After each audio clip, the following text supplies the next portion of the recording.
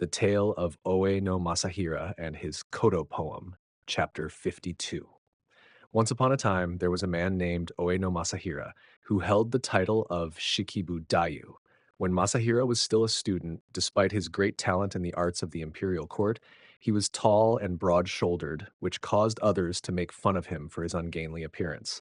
One day, while being teased, he was called to join a gathering where a lady in waiting handed him a koto, saying, "Since you are knowledgeable about all things, surely you can play this koto.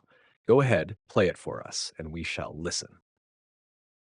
Without giving a direct answer, Masahiro recited the following poem.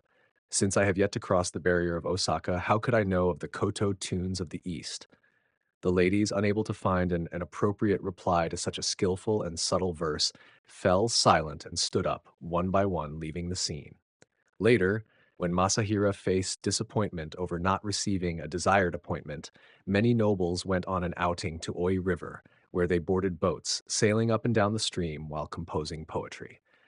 Masahira, invited to join them, recited this poem. "Riding the riverboat, when my heart feels light, I do not think of the weight of this quiet body." Everyone praised and admired his poem. Another time, when his friend, minister of the left Korachika no Sadataka, was appointed governor of Michinoku, Mutsu province, and had to leave the capital, Masahira sent him this poem. "In the capital, who have you been thinking of? It seems the people of the capital long for you as well." It is said that Minister Sadataka surely sent a reply to this, but that part of the story has not been passed down. Oe no Masahira, who excelled in the literary arts, was also known for his delicate skill in composing waka poems. Thus, the story has been passed down. The Tale of Sadanaka no Sukechika and the Cuckoo Poem, Chapter 53. Once upon a time, when the minister of the greater palace lived in the mansion of Ichijo, it was around the beginning of the fourth month, and the day was gradually turning to dusk. He called upon his attendants and said, "Lower the partition." At that, Sadanaka no Sukechika, the master of rites who was serving as the deputy director of the office of censors at the time, entered behind the bamboo blinds and began lowering the partition. Just then, a cuckoo let out a rare cry from the branches on the southern side of the mansion. The minister heard this and asked, "Sukechika, did you hear that cuckoo call?" Sukechika, while lowering the partition, knelt and replied, "Yes, I heard it." The minister then remarked, "But you are late in responding." At this, Sukechika composed the following poem. The cuckoo that calls from the mountain trails seems to be announcing its presence in the twilight. The minister, upon hearing this, was highly impressed. He took a scarlet robe from his collection and bestowed it upon Sukechika. Sukechika, after receiving the robe and bowing deeply in thanks, finished lowering the partition and placed the robe over his shoulder as he left the room. The attendants, seeing this, asked, "What happened?" Sukechika then recounted the events, and the attendants, upon hearing the tale, praised him greatly. At another time, Sukechika lost an ox that he had been riding regularly, and he was troubled as he searched for it. He discovered that it had wandered into the home of a woman he had known. When he retrieved the ox, the woman sent him this message: "My heart, which once viewed you with indifference, has grown even more distant." Sukechika, having regained the ox, responded with the following poem. "For one whom I thought of as insignificant, how could I not be pained when you turn away even further?" On yet another occasion, Sukechika and several companions went to a place called Katsura to enjoy themselves. They composed waka poems and said, "We shall return here again." However, they never returned to Katsura, instead gathering at a place called Tsukinoha, where they composed poems about changing their meeting place. Sukechika wrote, "Having seen Katsura's dwelling the other day, it is only right that today we gather in the circle of the moon." Everyone who heard this poem was deeply moved. Sukechika was the son of a man named Nosen, who was also known for composing delicate waka poetry. It is said that the poetic talent passed down from Nosen to Sukechika, and that Sukechika too composed such refined poetry. This story, however, was passed down not through the Master of Rites in Iis, but through his descendants. Thus, the story has been passed down. The Tale of Prince Motoyoshi, the son of Emperor Yōzei, Chapter 54. Once upon a time, There was a man named Prince Motoyoshi, the son of Emperor Yōzei. He was exceedingly amorous, and whenever he heard rumors of a beautiful woman, whether he had met her or not, he made it a habit to send her letters. At that time, there was a young servant named Iwayanagi who served as a page to the minister of the left of the Biwa clan. Iwayanagi was known for his elegant appearance and graceful demeanor, and many people heard of this and eagerly tried to court him. However, he remained steadfast and paid them no heed. Nevertheless, a certain man, whose name is unknown, persistently pursued Iwayanagi with affection, and eventually, unable to refuse any longer, they met. After that, the man found it difficult to part from him and frequently visited the mansion of the minister, slipping into the quarters. Prince Motoyoshi, unaware of this, had heard of the beauty of the young servant and became infatuated with the rumors. He repeatedly sent letters to Iwayanagi, but the servant, instead of revealing that he had a male lover, remained indifferent and did not even reply. At this, the prince sent the following poem.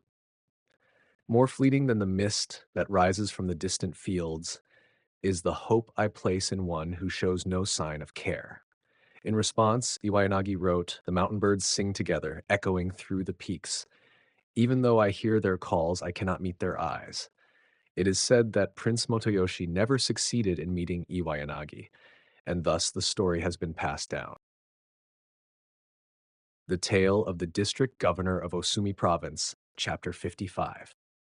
Once upon a time, there was a man known as the governor of Ōsumi Province, whose name remains unknown. During his time governing the province, he noticed that a local district official had repeatedly been neglectful of his duties. The governor declared, "I shall send for him immediately and reprimand him," and dispatched a messenger.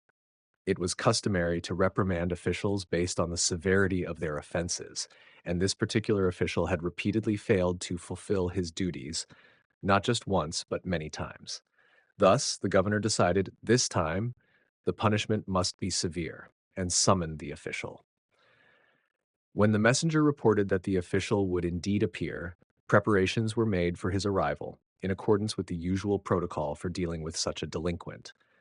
The man was to be brought in, forced to prostrate himself, his head positioned where his feet should be, and subjected to punishment. Two men dragged the official, and when the governor saw him, he beheld an elderly man, his hair entirely white with not a single strand of black remaining. Witnessing this, the governor felt deep pity and thought to himself, "How can I possibly strike this old man?" Compassion welled up in his heart, but he could find no valid reason to let the man go without punishment. He questioned the elderly official about his misdeeds, but the old man answered in a dignified manner, with the poise of someone of high status, despite his predicament. Seeing this, the governor's heart grew even heavier at the thought of punishing him, and he began to ponder, "How can I spare him from this punishment?" He searched his mind for an excuse, but found none. Finally, in his frustration, the governor said, "Are you a notorious thief? But tell me, do you know how to compose poetry?" The old man replied, "Though I am not particularly skilled, I can manage." "Very well then, compose a poem," the governor ordered. Without hesitation, the old man, trembling, lifted his voice and recited the following. "Though the years have passed and snow has piled upon my head, I am ashamed to think how my spirit, too, has aged." The governor, deeply moved by the poem, was filled with compassion and spared the old man from punishment. Thus, it is said, even among the lowliest country folk of little consequence, there are those who can compose such fine poetry. This story has been passed down to remind us never to look down upon others. The Tale of the District Official's Daughter from Harima Province, Chapter 56. Once upon a time, while Takashina no Tame no Ason served as the governor of Harima Province, there was a certain retainer whose name is unknown, though he was called Sata. The governor did not call him by his given name either, but simply referred to him as Sata. Although Sata held no official position, he had long been in service, performing various tasks diligently. Due to this, he was assigned the management of tax collection in a lowly district, which he was quite pleased about. Sata went to that district, stayed at the home of the district governor for a few days to take care of the necessary business, and then returned to the governor's mansion. Now, in the district governor's house, There was a woman who had been abducted and brought there from the capital by some unscrupulous people. The district governor and his wife, feeling sorry for her, took her in and had her help with tasks such as sewing. Although she was well looked after, the household had its share of troubles, and the woman remained in the governor's home.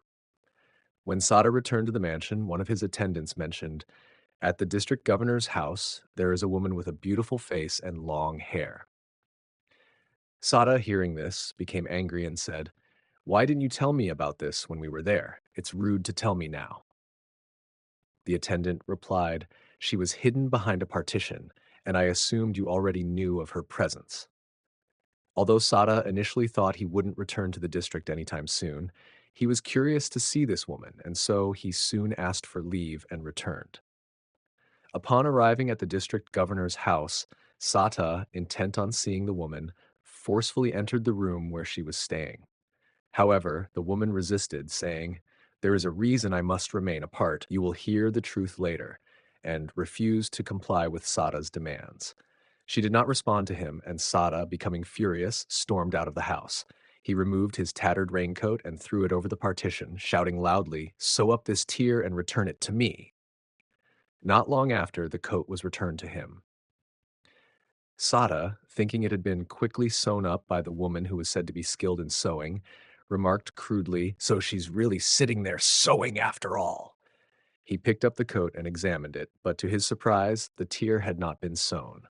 Instead, a piece of fine, fragrant mutsu paper was tied to the tear, with a poem written on it. The poem read, "Though I am not the wind rustling through the bamboo groves, it seems I am the one hiding your coat." Upon reading this, Sada thought, "This is quite impertinent," and grew even more enraged. "What a blind fool of a woman. I asked her to sew the tear, and she doesn't even bother to see where the tear is, yet she writes this nonsense. What makes her think she can refer to me so disrespectfully as Sata? Even the governor himself has never called me by name in such a way. Why does this woman think she can?" Furious, he declared, "I'll teach her a lesson," and cursed loudly, saying, "What an outrageous thing to do." Hearing this, the woman began to cry. Sada then summoned the district governor and complained bitterly, saying, "I will not let this matter go."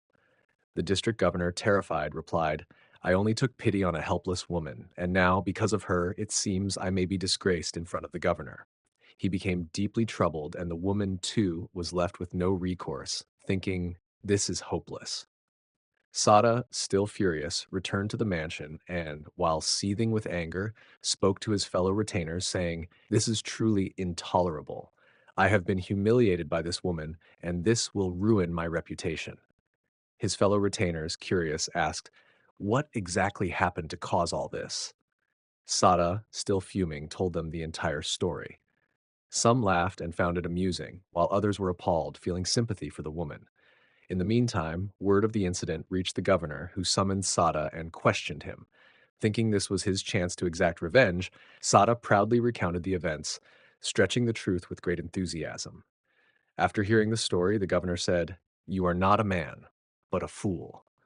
I never thought you would act in such a disgraceful manner after all these years of service," and promptly dismissed Sada from his post. The governor, feeling sorry for the woman, provided her with clothing and other necessities. Having been dismissed, Sada had no choice but to leave the province. With no purpose left, he returned to the capital. Hearing that Sada had been punished, the district governor was overjoyed, thinking, "Finally, justice has been served." Thus, the story has been passed down.